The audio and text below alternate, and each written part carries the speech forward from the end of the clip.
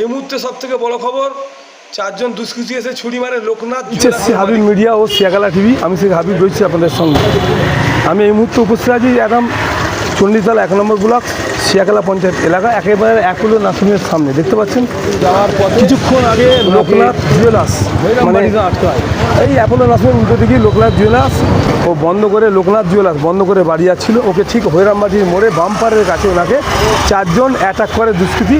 Attack করার পর উনি দাঁড়িয়ে যায়, তখন চেঁচামেচি করে মাথা করে চিল্লায়। ওকে তখন এই ফাঁদে এই জায়গাতে ছুরি মেরে দিয়ে চলে যায়।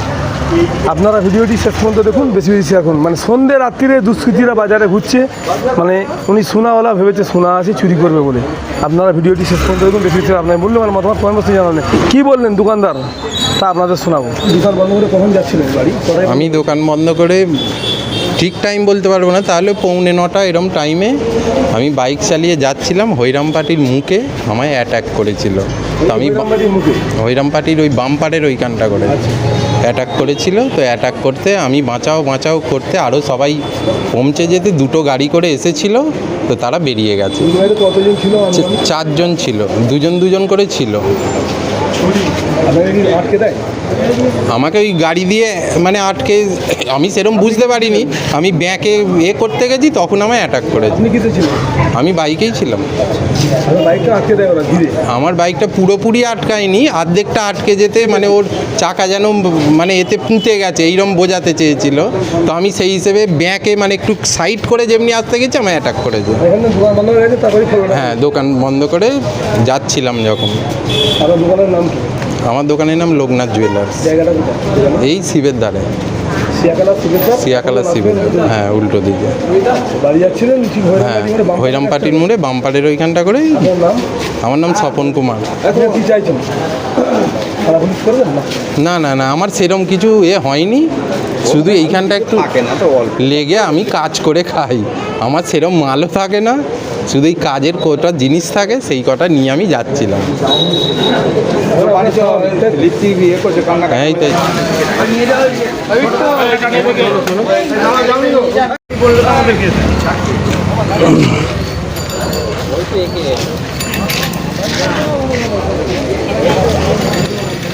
কখন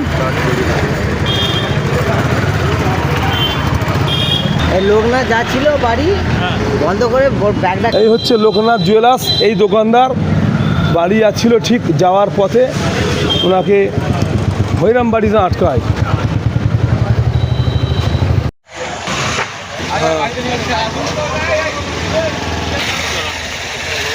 হ্যাঁ বলো এইখানে আমি এইখানে এখন সোনাওয়ালা দাদার বাড়িতে এখন চণ্ডীতলা থানা প্রশাসন এসেছেন, এসে একটু ওনার সঙ্গে পরামর্শ করছে বা আলোচনা করছেন, বিষয়টা জানছেন কি হয়েছে না হয়েছে।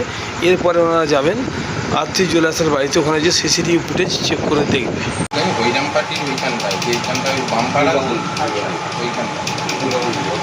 ওইখানটাতে শর্ট, ও যখন ছড়ছে না তখন আমি ব্যাকে আসছিলাম, তখন আমাকে মানে ফেলে দিয়েছে। বাইক থেকে আমাকে ফেলে দিয়েছে, ফেলে দিয়ে এবার আমায় এইখানটা মেরেছে, মারধর করেছে। একটা ব্যাগ ছিল, চাবির ব্যাগ কাটতে পারে না, আমি বাঁচাও করছিলাম। এবার তখন আরও সবাই পড়ে গেছে বলে ছুটেছে, দুটো বাইক নিয়ে ছুটেছে। এদের পেছন সব গিয়েছিল, ধরতে পারেনি, সিলের ধার দিয়ে কোন দিক দিয়ে বেরিয়ে গেছে জানি না। আমি অত মানে দেখিনি, আমি তো আমার এর জন্য করছিলাম। আপনাকে রাস্তা 4টের মধ্যে 2টো, ওখানটা অন্ধকার বাড়িগুলো, আর আমি সেরকমভাবে বুঝতেও পারি ওইটাই অন্ধকার, সেটাও আমি বুঝতে পারিনি। কি দিয়ে মেরেছেও বুঝতে পারিনি, শুধু রক্ত বেরোচ্ছিল। বললে এইখানটা একটু কুমার, দুলাল কুমার। কোনো অর্ডার পেয়েছেন? বড় কোনো অর্ডার? সেইরকম বড় অর্ডার আমার কাছে আছে।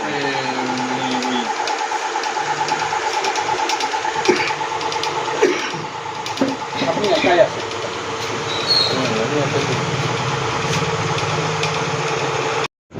এই জায়গাটা হচ্ছে আরতি জুয়েলার্সের বাড়ির আগে, এখানেই ওনার সঙ্গে এই কাজটা ছিনতাই করছিল বা এখানেই ছুরি মেরেছে।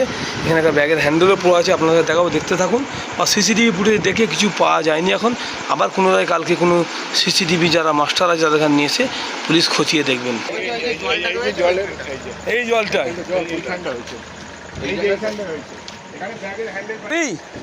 ওর তো ব্যাগ ছেড়ে নে বলছি। না না ব্যাগটা মানে নিতে পারেনি ব্যাগ হয় ওইদিকে ফেলে দিয়েছে এই জায়গাটা হয়েছে স্যার ওই ব্যাগটা কর। ঠিক এই জায়গাটা হ্যান্ডেল এইখানে রাস্তায় ছিল, দোকানে কে ফেললো? ওই একজন এদেরই স্যারদেরই হ্যান্ডেল এদিকে কত? এইখানে এই বাইরে ক্যামেরা লাগানো পুরো কল বন্ধ ওই ওই ওই ওই বাড়ি ওর বাড়িতে চুরি হয়েছে ওদের আগে। ঠিক আছে ছাড় না